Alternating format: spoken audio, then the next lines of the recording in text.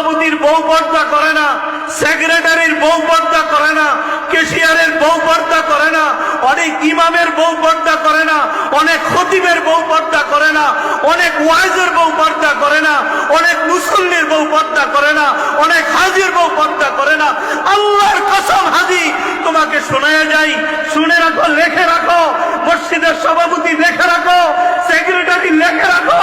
তোমার সেক্রেটারি কোনো কাজ হবে না, সভাপতিত্ব কোনো কাজ হবে না, ইমামতি কোনো কাজ হবে না, মসজিদের ইমামতি কোনো কাজে আসবে না, খতাবতের কাজে আসবে না, মুহতামিমগিরি কাজে আসবে না। যদি তোমার বিবি পর্দায় না থাকে, তুমি বড় ভাই তোমার বোনকে যদি পর্দায় না রাখো, তুমি স্বামী তোমার স্ত্রীকে যদি পর্দায় না রাখো,